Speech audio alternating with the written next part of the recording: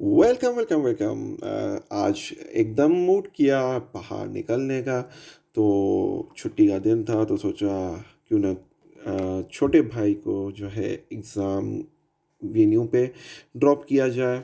और जैसे ही हम निकले तो आप देख सकते हैं डीएचए में इतना रश तो नहीं था, लेकिन जैसे ही आगे बढ़ते चले गए तो उसी लिहाज से रश भी आप देखेंगे आगे इंक्रीज़ होगा। लेकिन जैसे ही हम जा रहे थे तो जाते-जाते सोच में यही गुम था मैं कि आया कि लंबा सफ़र है, 1 डेढ़ घंटे की ड्राइव है, तो क्यों ना अपने छोटे भाई के साथ कंपनी भी करता चलाऊँ जाऊँ और उसके साथ-साथ जैसे ही सिग्नल आता तो इस पे हम दोनों थोड़ी बहुत छोटी-मोटी गपशप कर लेते। और ये है मेरे छोटे भाई जी बब्बी, जिनका सोचना यही था कि यार भाई को तो तफरीह सूझ रही है, लेकिन मैं आज इस पेपर को कैसे निकाल पाऊँगा? तो वो इसी सोच में गुम था और मैं अपनी ड्राइविंग पे कॉन्संट्रेट किए हुए और अपने व्यूअर्स को हाय कहता हूँ। और इसके साथ-साथ मैं यही सोच रहा था कि आज वेदर बड़ा प्यारा है और ठंडा मौसम है, क्यों ना कैमरा को अपनी तरफ फ़ोकस कर लूँ थोड़ा। हाँ, यहाँ पे नहीं, ओके। यार ये कोई चीज़ आगे आ जाती है ना, मुझे अनॉय करती है। तो इसको कोशिश करता हूँ कि इसके पीछे कर दूँ मिरर के। हाँ, नहीं, फिर से नीचे गिर गया। तो दोबारा कोशिश करता हूँ,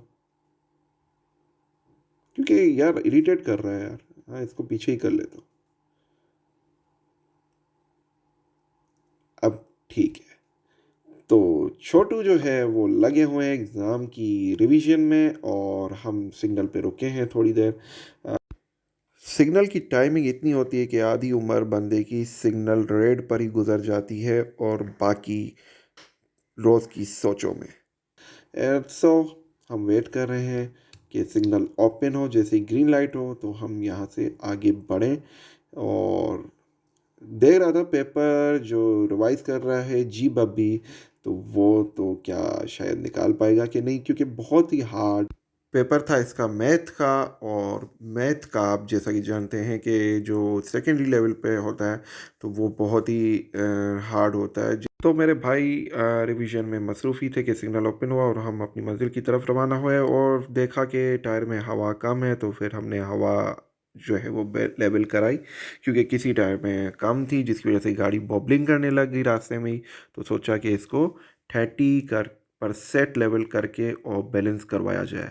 और इसके बाद फिर अनकरीब अपनी डेस्टिनेशन की तरफ पहुंचने ही लगे तो मैंने देखा कि ये रास्ते वैसे ही हैं जो 1.5 2 साल पहले थे। उसके बाद हम सफ़र की जानिब आगे बढ़ते रहे और कैमरा को सेट किया और चलते ही चलते बातों-बातों में पता ही नहीं चला कि 1.5 घंटा गुज़र गया और बिल आखिर हम अपनी destination which was KU Karachi university हम लोग पहुँच ही गए। लेकिन इसके साथ-साथ हमने देखा कि ये मेट्रो प्रोजेक्ट बन रहा था अंडर कंस्ट्रक्शन। ये इसको काफ़ी टाइम हुआ है, 1.5 2 साल तो होने वाले होंगे या उससे ऊपर, लेकिन अभी तक कोई प्रोग्रेस नहीं थी। और देख सकते हैं कि एट अ टाइम सिर्फ सिंगल कार गुज़र सकती है और बाइक्स वग़ैरह। तो इस वज़ह से टाइम भी ज़्यादा लग जाता है जिनके पेपर्स हो रहे हों।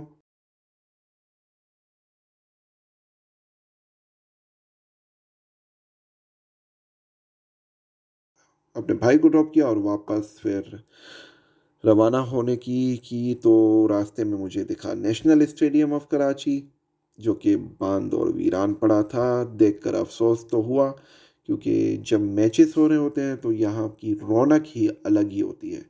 आप यहाँ से गुज़र ही नहीं सकते, इतनी रश होती है। लेकिन नेशनल स्टेडियम के पास से गुज़रते ही मुझे अपने पुराने दिन याद आ गए कि जब हम मैचेस देखने आया करते थे और यहाँ पर इतनी रौनक होती थी। लेकिन दुआ है कि आने वाले दिनों में फिर से ये मैचेस का मेला सजे और रौनक बढ़े। एट लास्ट हम DH पहुँचे तो रास्ते में देखा इकरा यूनिवर्सिटी का EDC कैंपस, बहुत ही रश थी। और सोच रहा था कि यूनिवर्सिटी लाइफ भी मज़े की होती है। और मुझे अपनी यूनिवर्सिटी की लाइफ याद आ गई। लेकिन देख सकते हैं ये है आयु का मैन ईडीसी की कैंपस। साथ साथ गुजरते ही मौसम बड़ा प्लेजेंट था, सनी वेदर था, और विंटर में धूप इतनी महसूस नहीं होती। तो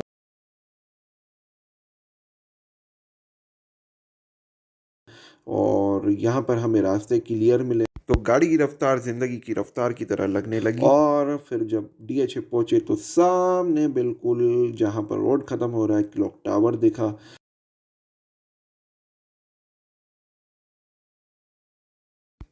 और सोचा एक छोटा सा काम था डीएचए में, तो उस काम के बहाने लंच भी हो जाएगा और इस तरह दोस्त से मुलाकात भी हो जाएगी। आप देख सकते हैं टाइम ऐसा था कि वर्किंग डेज थे और उसके अलावा दोपहर का टाइम था, पीक आवर्स थे, तो इस वजह से रश ना होने के बराबर था। ऑब्वियसली यहाँ बहुत ज़्यादा रश होता है, और अगर नॉर्मली वीकेंड्स पे बहुत ज़्यादा रश होता है, नॉर्मल डेज़ में अगर कोई वेकेशन हो तो रश इतना नहीं मिलता। जैसा कि आप देख सकते हैं ये सी व्यू पहुँच चुके हैं हम, और सी व्यू पहुँचते ही दिल किया कि भूख लग रही है तो क्यों ना खाना खाया जाए। तो इसके बाद मैंने यही सोचा कि जल्दी से अपनी फाइनल डेस्टिनेशन की तरफ पहुँचे और क्यों ना यमी बमी खाना मिले और अपनी भूख को ख़त्म किया जाए। बिल आखिर भूख की शिद्दत इतनी बढ़ चुकी थी कि पहुंच ही गए और गर्मा गर्म चिकन देखकर अपने आप को रोक न सका।